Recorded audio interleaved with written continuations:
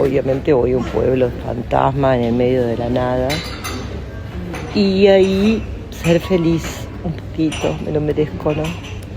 Está todo bajo control.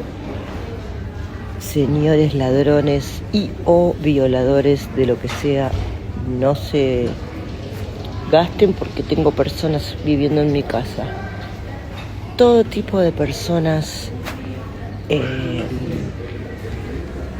mi casa hay. Todo tipo de samuráis, viste, hay como una especie de congreso de samuráis con espadas y también hay boxeadores.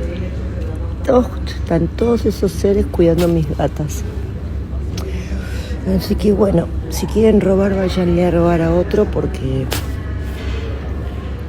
yo estoy muy custodiada por expertos. Realmente no, pero mis gatas son finísimas y carísimas. Entonces, y justo esta gente, no sé cómo fue que contacté con el samurái